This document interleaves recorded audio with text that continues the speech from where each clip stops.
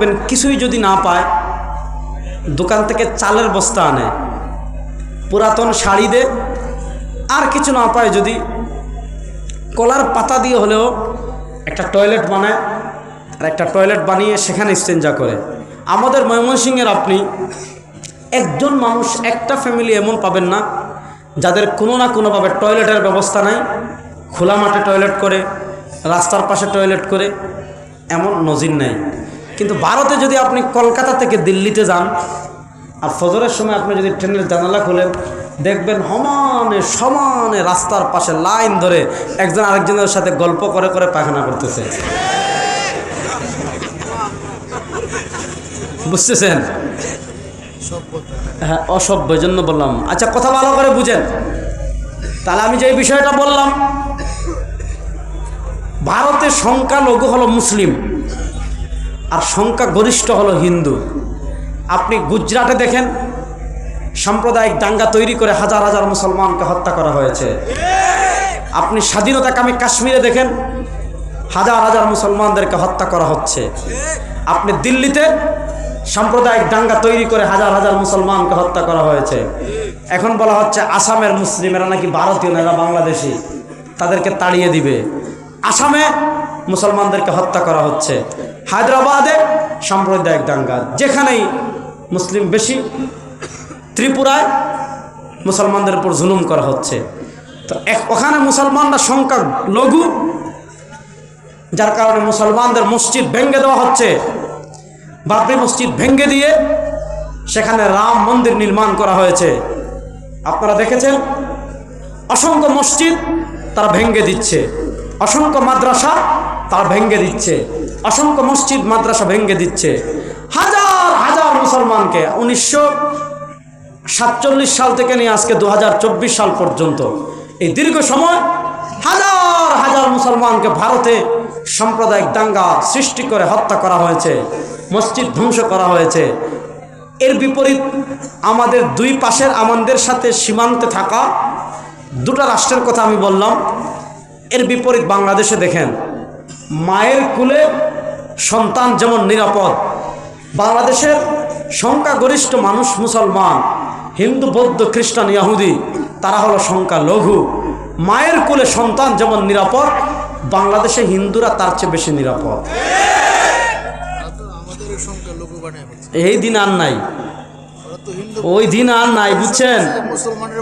ওই দিন শেষ এখন। হ্যাঁ, যে আপনি আওয়ামী লীগের আমল নাকি, যে আপনি মুসলমানদেরকে মাইনাস করে, ইসলামকে মাইনাস করে পাকনামি করবেন, হাড্ডি সোজা করে ফেলাম ইনশাআল্লাহ। কথা ভালো করে বুঝেন।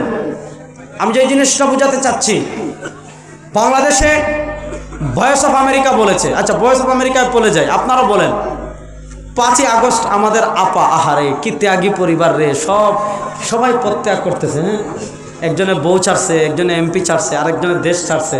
তাদের থেকে ত্যাগী পরিবারে বাংলাদেশে আর আছে? কথা ভালো করে বুঝেন।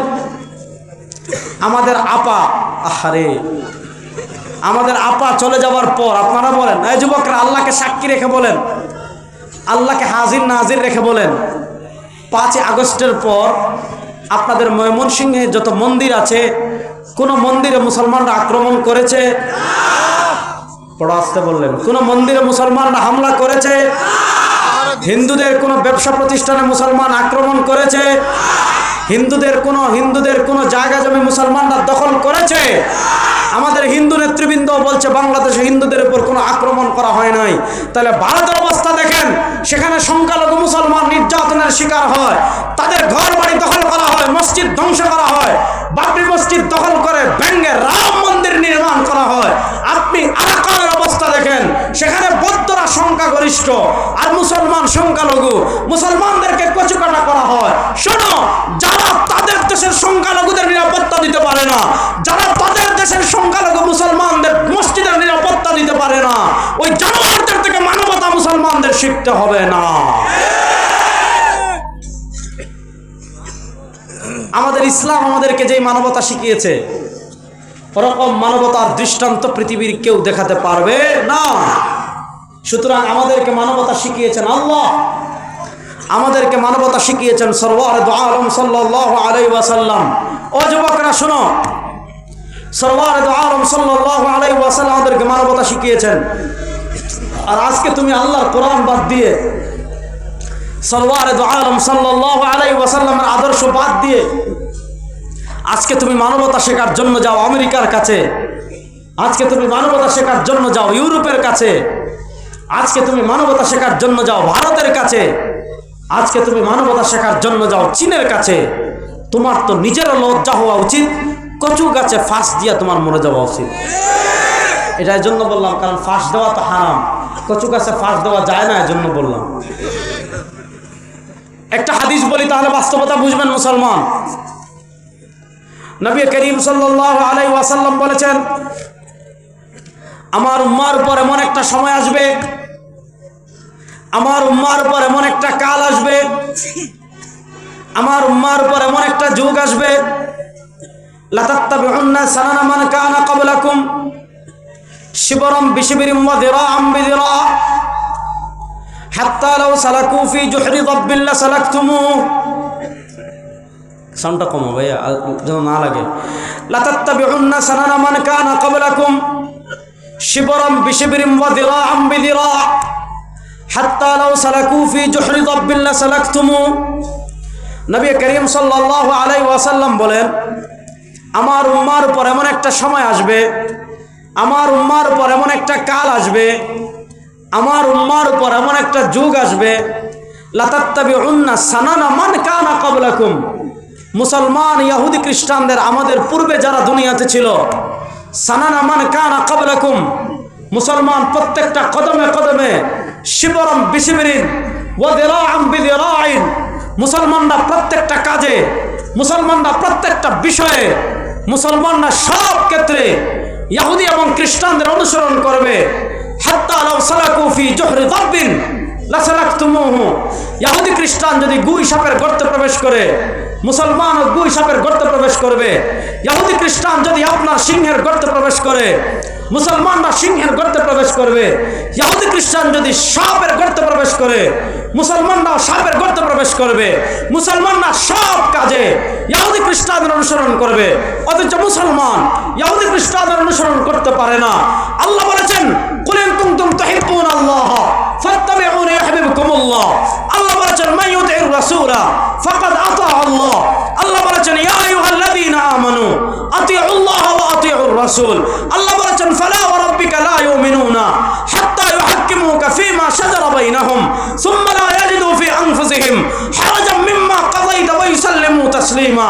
আর মুসলমান রাজনীতিতে ভারতকে অনুসরণ করতে পারে না, আমেরিকাকে অনুসরণ করতে পারে না, রাশিয়াকে অনুসরণ করতে পারে না, রাষ্ট্র পরিচালনায় মুসলমান কাউকে অনুসরণ করতে পারে না, সংসদ পরিচালনায় মুসলমান কাউকে অনুসরণ করতে পারে না, সংবিধান পরিচালনায় মুসলমান কাউকে অনুসরণ করতে পারে না।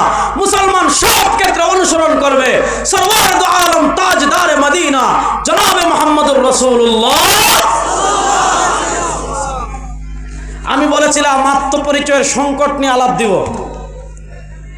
আমাদের জীবনের সব ক্ষেত্রে অনুসরণ করতে হবে কাকে? আল্লাহরে না।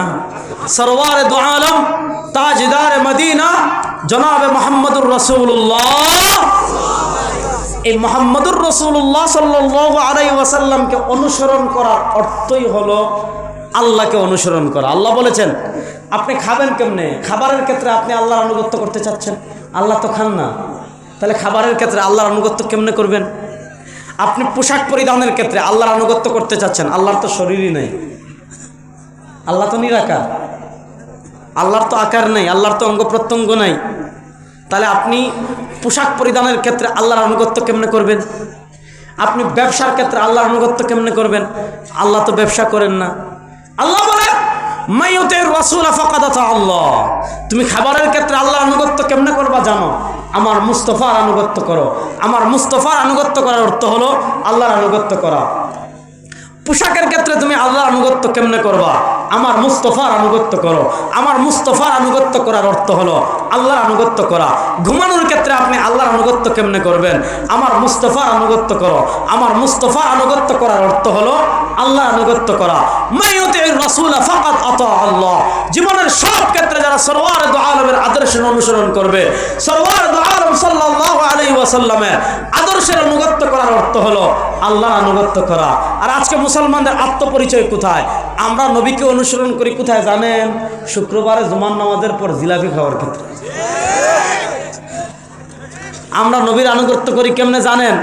বিরিয়ানি খাওয়ার ক্ষেত্রে, মিষ্টি খাওয়ার ক্ষেত্রে, জিলাপি খাওয়ার ক্ষেত্রে, এগুলার ক্ষেত্রে আমরা নবীর আনুগত্য করি।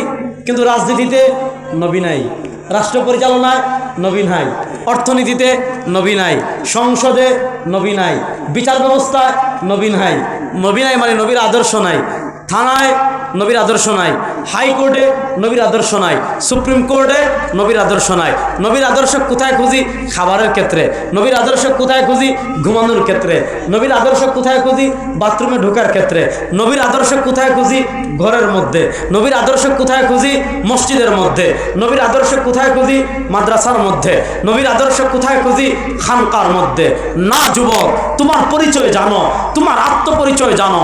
তোমার ঘরে যেমন নবীর আদর্শ লাগবে, তোমার তোমার শরীরে যেমন নবীর আদর্শ লাগবে, তোমার মসজিদে যেমন নবীর আদর্শ লাগবে, তোমার খানকায় যেমন নবীর আদর্শ লাগবে। তোমার দেশের সর্বোচ্চ হাইকোর্ট, তোমার দেশের সর্বোচ্চ সুপ্রিম কোর্ট, তোমার দেশের বিচার ব্যবস্থা, তোমার দেশের সংবিধান, তোমার দেশের সংসদে নবীর আদর্শ বাস্তবায়ন করার প্রয়োজন আছে না? আজকে তোমার দেশের সংসদে সেকুলারিজম, তোমার দেশের সংসদে সোশ্যালিজম, তোমার দেশের বিচার ব্যবস্থায় ব্রিটিশ, তোমার দেশের অর্থনীতিতে পুঁজিবাদ, তোমার দেশের সিটি কর্পোরেশনে নবীর আদর্শ নাই, সংসদে নবীর আদর্শ নাই, বিচার ব্যবস্থায় নবীর আদর্শ নাই, অর্থনীতিতে নবীর আদর্শ নাই, রাষ্ট্র পরিচালনায় নবীর আদর্শ নাই, সিটি কর্পোরেশনে নবীর আদর্শ নাই, উপজেলায় নবীর আদর্শ নাই, থানায় নবীর আদর্শ নাই, রাষ্ট্রের কোথাও নবীর আদর্শ নাই।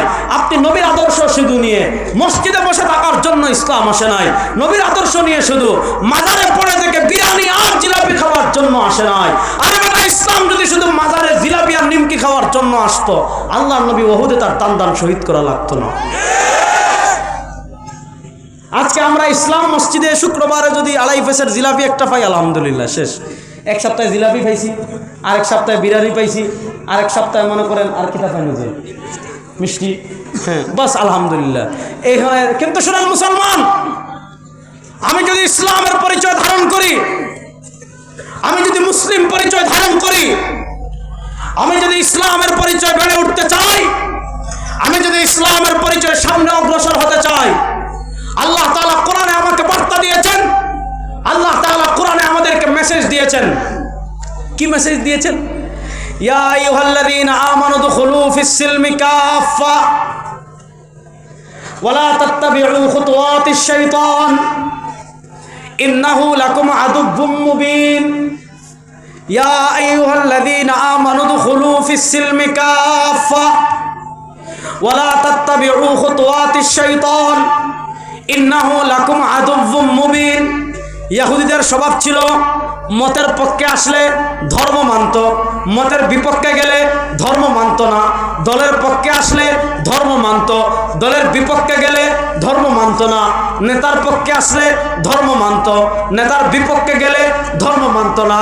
নেত্রীর পক্ষে আসলে ধর্ম মানত, নেত্রীর বিপক্ষে গেলে ধর্ম মানত না। আপার পক্ষে গেলে ধর্ম মানত, আপার বিপক্ষে গেলে ধর্ম মানত না। গোত্রের পক্ষে আসলে ধর্ম মানত, গোত্রের বিপক্ষে গেলে ধর্ম মানত না। আল্লাহ তাআলা ইহুদিদেরকে উদ্দেশ্য করে পবিত্র কোরআনে বলেছেন, আফাতুমিনুনা বিবাযিল কিতাব ওয়া তাকফুরুনা বিবায, আফাতুমিনুনা বিবাযিল কিতাব, তোমরা কি আল্লাহর কিতাব কিছু বিশ্বাস করো, ওয়া তাকফুরুনা বিবায, আর কিছু অস্বীকার করো। কিছু মানা, কিছু না মানা, কিছু ক্ষেত্রে ইসলাম মানা আর কিছু ক্ষেত্রে না মানা, কিছু ক্ষেত্রে ধর্ম মানা আর কিছু ক্ষেত্রে ধর্ম না মানা। এটা মুসলমানদের স্বভাব না, এটা ইহুদিদের স্বভাব। আল্লাহ তাআলা মুসলমানদেরকে মেসেজ দিয়েছেন, আল্লাহ তাআলা মুসলমানদেরকে বার্তা দিয়েছেন, ইয়া আইয়ুহাল্লাযীনা আইয়ুহাল্লাযীনা আমানু, হে ওই সকল বান্দা যারা তোমরা ঈমানদার, ইয়া আইয়ুহাল্লাযীনা আমানু, হে ওই সকল বান্দা যারা তোমরা ঈমানদার, উদখুলু ফিস সিলমি কাফা, তোমরা পরিপূর্ণভাবে ইসলামে অনুসরণ করো, ইসলামে প্রবেশ করো। তোমার হাঁটা হবে ইসলাম অনুযায়ী, তোমার ঘুমানো হবে ইসলাম অনুযায়ী। ইসলামে কেমনে হাঁটবেন আছে না নাই? যুবকরা একটু কথা বলেন, আপনি কেমনে হাঁটবেন ইসলামে আছে না নাই? আপনারা বিরক্ত হয়ে গেছেন? ভাত খাইবাই কথা বলেন তাই নেই? আপনি কেমনে হাঁটবে ইসলামে আছে? আপনি কেমনে হাঁটবেন ইসলামে আছে না নাই? আপনি কেমনে ঘুমাবেন ইসলামে আছে না নাই? আপনি কেমনে ব্যবসা করবেন ইসলামে আছে না নাই? আপনি কেমনে রাজনীতি করবেন এটা ইসলামে নাই? জোরে বলেন। আপনি কেমনে রাজনীতি করবেন ইসলামে আছে না নাই? আপনি কেমনে রাষ্ট্র পরিচালনা করবেন ইসলামে আছে না নাই? আপনি কেমনে সংসদ চালাবেন ইসলামে আছে না নাই? আপনি কেমনে অর্থনীতি পরিচালনা করবেন ইসলামে আছে না নাই? আপনি কেমনে বিচার ব্যবস্থা পরিচালনা করবেন ইসলামে আছে না নাই? আর আজকে আমরা ইসলামকে খুঁজি কোথায়? ওই যে ইহুদিরা ক্ষেত্র বিশেষে কিছু ক্ষেত্রে মানত। আজকে আমরা ইসলাম খুঁজি খাবারের ক্ষেত্রে, আজকে আমরা ইসলাম খুঁজি ঘুমানোর ক্ষেত্রে, আজকে আমরা ইসলাম খুঁজি বাথরুমে যাওয়ার ক্ষেত্রে আর বাহির হওয়ার ক্ষেত্রে, আজকে আমরা ইসলাম খুঁজি মসজিদে প্রবেশ করার ক্ষেত্রে আর বাহিরের ক্ষেত্রে। না মুসলমান, ঘুমানোর ক্ষেত্রে যেমন ইসলাম লাগবে, খাওয়ার ক্ষেত্রে যেমন ইসলাম লাগবে, ইস্তিনজায় যাওয়ার ক্ষেত্রে বের হওয়ার ক্ষেত্রে যেমন ইসলাম লাগবে, রাষ্ট্র পরিচালনার ক্ষেত্রে ইসলামের প্রয়োজন আছে। এখন তারা আমাদেরকে এই রাষ্ট্র পরিচালনার ক্ষেত্রে ধর্ম লাগবে না, এই চিন্তাটা তারা আমাদেরকে শিখিয়েছে যে পদ্ধতি দিয়ে। আমি বলেছিলাম দুটা জিনিস নিয়ে কথা বলবো, জাতীয়তাবাদ নিয়ে বলেছি। রাষ্ট্রে ধর্মের প্রয়োজন নাই, অর্থনীতিতে ধর্মের প্রয়োজন নাই, বিচার ব্যবস্থায় ধর্মের পরিবর্তন নাই প্রয়োজন নাই, সংবিধানে ধর্মের পরিবর্তন নাই মানে প্রয়োজন নাই, সংসদে ধর্মের প্রয়োজন নাই। এই চিন্তাটা এবং এই বিশ্বাসটা যেই জিনিসকে সামনে রেখে তারা আমাদেরকে শিখিয়েছে, ওইটার নাম হলো সেকুলারিজম। সেকুলারিজমের আবিষ্কার করেছে খ্রিস্টানরা। কোন চেতনাকে সামনে রেখে? তাদের কথা ছিল ধর্ম আপনি 100 পালন করেন গির্জায়, গির্জার বাহিরে আর ধর্মের প্রয়োজন নাই। আপনি ব্যক্তি জীবনে ধর্ম পালন করতে চাচ্ছেন, গির্জায় যান। আপনি পরিবার নিয়ে ধর্ম পালন করতে চাচ্ছেন, গির্জায় যান। আপনার ফ্যামিলি নিয়ে ধর্ম পালন করতে চাচ্ছেন, গির্জায় যান। রাষ্ট্র পরিচালনায় ধর্ম লাগবে না, সংসদে ধর্ম লাগবে না, বিচার ব্যবস্থায় ধর্ম লাগবে না, অর্থনীতিতে ধর্ম লাগবে না, রাষ্ট্র পরিচালনায় ধর্ম লাগবে না। এটা হলো খ্রিস্টানদের থিম। ওই খ্রিস্টানদের থিমটা আমাদেরকে তারা যেভাবে শিখিয়েছে, ওটার নাম হলো সেকুলারিজম। সেকুলারিজম মানে ধর্ম মাজারে রাখো, সেকুলারিজম মানে ধর্ম মিষ্টি খাওয়ার ক্ষেত্রে রাখো, সেকুলারিজম মানে ধর্ম উরুসে রাখো, সেকুলারিজম মানে ধর্ম ঘরের ভিতর রাখো, সেকুলারিজম মানে ধর্ম মাদ্রাসার ভিতর রাখো। ও মুসলমান, এই পরিবর্তিত বাংলাদেশে সংসদে ইসলামকে বিজয় করার জন্য আপনারা প্রস্তুত আছেন না? এই চিন্তাটা আমাদের ঝেড়ে ফেলতে হবে। ইসলাম যেমন ঘরের জন্য এসেছে, ইসলাম তেমন সংসদের জন্য এসেছে। বড় আস্তে বললেন, আপনারা ঠিক বললেও ঠিক, না বললেও ঠিক। ইসলাম যেমন ঘরের জন্য এসেছে, ইসলাম তেমন সচিবালয়ের জন্য এসেছে। ইসলাম যেমন ঘরের জন্য এসেছে, ইসলাম তেমন সুপ্রিম কোর্টের জন্য এসেছে। সুতরাং এই পরিবর্তিত বাংলাদেশের রাষ্ট্রের সব সেক্টরে ইসলাম বিজয় হোক। আপনারা চান কি চান না? সব সেক্টরে ইসলামকে বিজয় করার জন্য প্রস্তুত সবাই আছেন তো ইনশাআল্লাহ? নানা তন্ত্র দেখেছি, নানা মন্ত্র দেখেছি, সব তন্ত্র মন্ত্রের খেলা শেষ। এবার হবে ইসলামের বাংলাদেশ। আল্লাহ তাআলা ইসলামের বাংলাদেশ গড়ার তৌফিক আমাদের সবাইকে দান করেন। আল্লাহ তাআলা ইসলামের বাংলাদেশ গড়ার পক্ষে মেহনত করার তৌফিক আমাদের সবাইকে দান করেন। আল্লাহ তাআলা যে কথাগুলো বললাম আমাকে আপনাদের সবাইকে আমল করার তৌফিক দান করেন। আমিন। ইন আসাবতু ফামিনাল্লাহ ওয়া ইন আখতাতু ফামিন্নি ওয়া মিনাশ শাইতান। সুবহানাকাল্লাহুম্মা বিহামদিকা আশহাদু আল্লা ইলাহা ইল্লা আনতা আস্তাগফিরুকা ওয়া আতুবু ইলাইক। আসসালামু আলাইকুম।